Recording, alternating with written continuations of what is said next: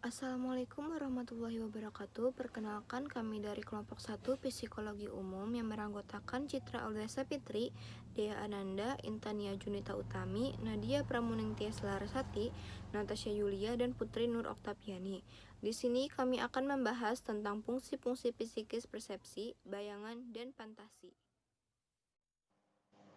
Assalamualaikum warahmatullahi wabarakatuh. Perkenalkan, nama saya Nadia Pramuntyas Larasati, NIM 20101232200030. Di sini saya akan mempresentasikan tentang pengertian persepsi. Pengertian persepsi berasal dari kata perception yang berarti penglihatan, tanggapan, daya memahami atau menanggapi sesuatu. Berdasarkan Kamus Besar Bahasa Indonesia, persepsi diartikan sebagai cara melukiskan benda pada permukaan datar sebagaimana yang terlihat dan sudut pandang. Persepsi merupakan konsep yang sangat penting dalam psikologi. Kalau bukan dikatakan yang paling penting, melalui persepsilah manusia memandang dunianya. Apakah dunia terlihat berwarna cerah, pucat, atau hitam? Semuanya adalah persepsi manusia yang bersangkutan. Menurut terminologi, Ali Sabri berpendapat bahwa persepsi adalah proses di mana individu dapat mengenali objek-objek dan fakta-fakta objektif dengan menggunakan alat-alat individu. Macam-macam persepsi. Ada dua macam persepsi, yaitu satu external perception, yaitu persepsi yang terjadi karena adanya rangsang yang datang dari luar diri individu. Yang kedua, self perception, yaitu persepsi yang terjadi karena adanya rangsang yang berasal dari dalam diri individu. Dalam hal ini yang menjadi objek adalah dirinya sendiri. Saya Dea Ananda dengan NIM 20101232200018 akan membacakan faktor yang mempengaruhi persepsi. Terhadap dua faktor yang mempengaruhi persepsi yaitu A. Faktor internal. Faktor yang mempengaruhi persepsi berkaitan dengan kebutuhan psikologi, latar belakang, pendidikan, alat indera, syaraf atau pusat susunan syaraf, kepribadian dan pengalaman penerimaan diri serta keadaan individu pada waktu tertentu. B. Faktor eksternal. Faktor ini digunakan untuk objek yang dipersepsikan atas orang dan keadaan, intensitas rangsangan, lingkungan, kekuatan rangsangan akan turut menentukan didasari atau tidaknya rangsangan tersebut. Tahap-tahap dalam proses persepsi. Menurut Percek 18, tahap dalam proses persepsi terdiri dari proses menerima, menyeleksi organisasi, mengartikan, menyajikan, dan memberi reaksi kepada rangsangan panca indera. A. Proses menerima. Proses pertama dalam persepsi adalah menerima rangsangan atau data dari berbagai sumber. Kebanyakan data yang diterima melalui panca indera, sehingga proses ini sering disebut dengan penginderaan. Proses ini sering disebut sensasi. B. Proses menyeleksi rangsang.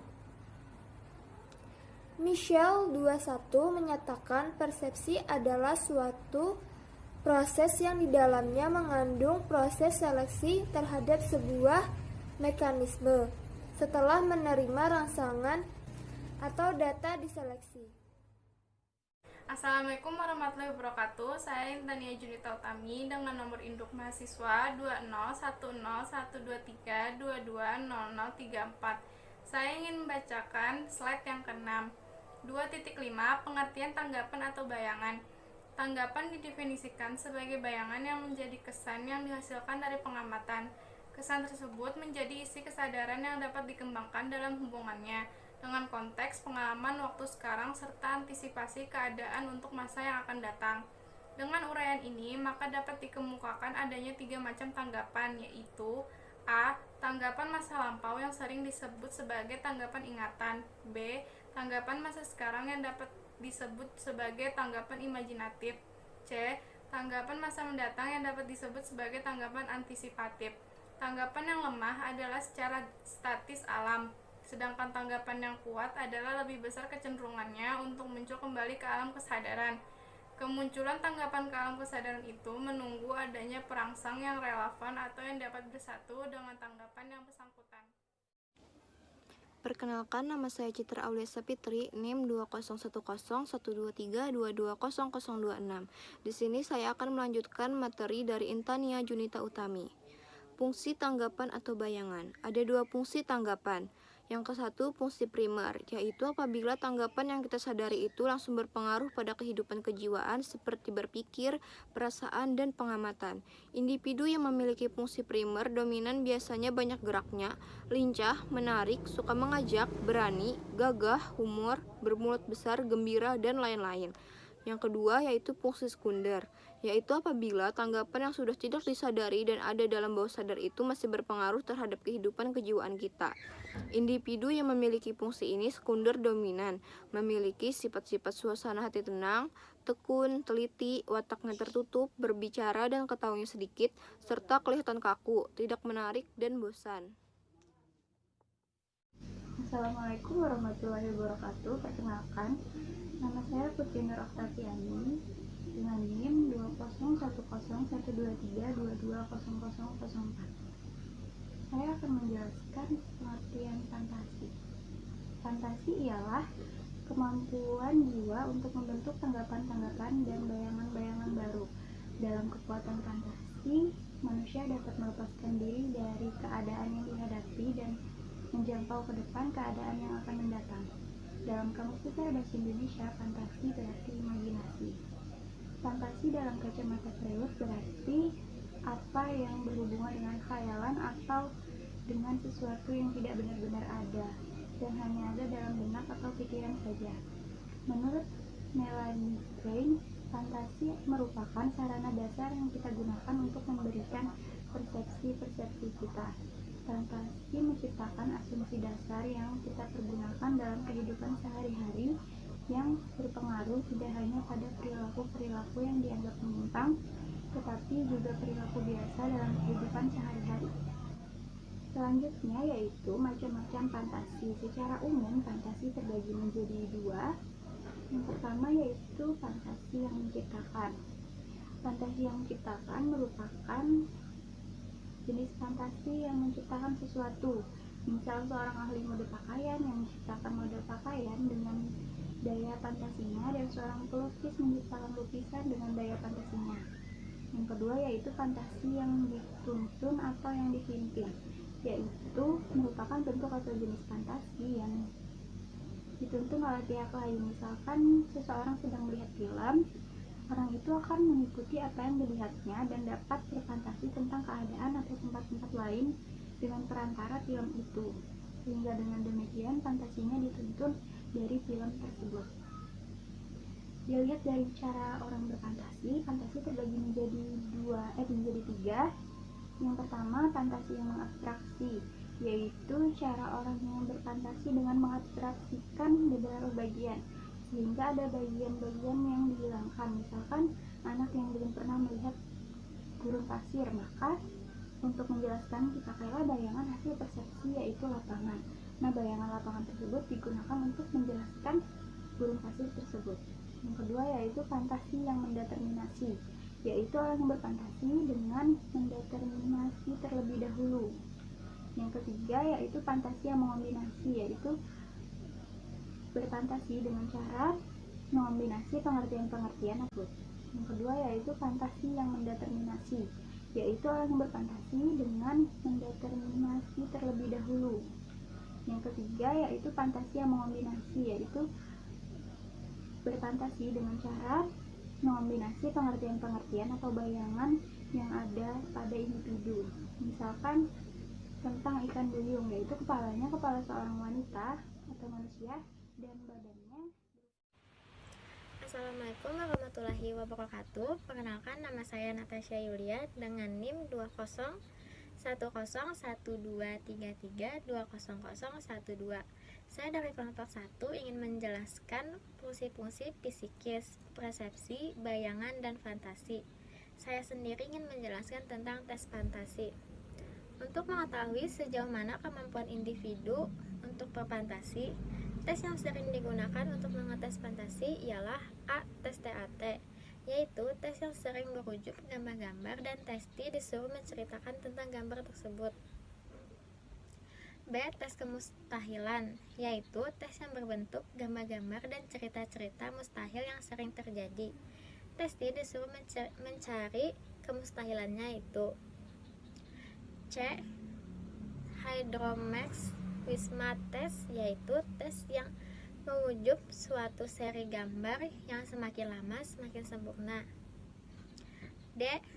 Tes Rayno-Ceca, yaitu tes yang merujuk gambar-gambar dan testi disuruh mengimportasikan gambar tersebut.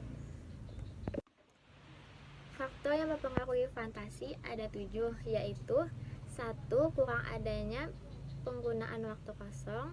2. Adanya harapan-harapan atau cita-cita yang tinggi. 3. Adanya kesulitan pemecahan masalah.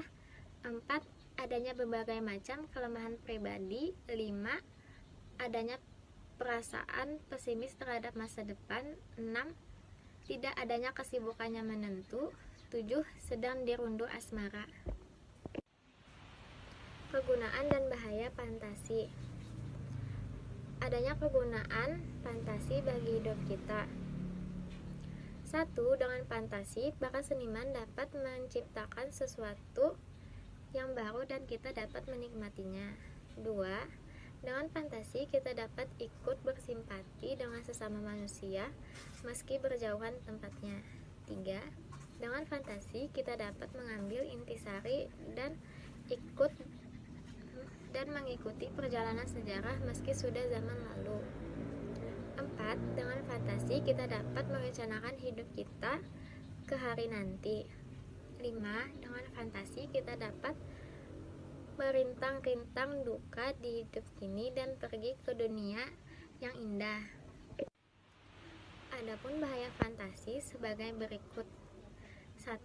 Jika fantasi itu berlebih-lebihan pada seseorang, akan terjadi keputusan dalam lemahnya dan mudahnya putus asa.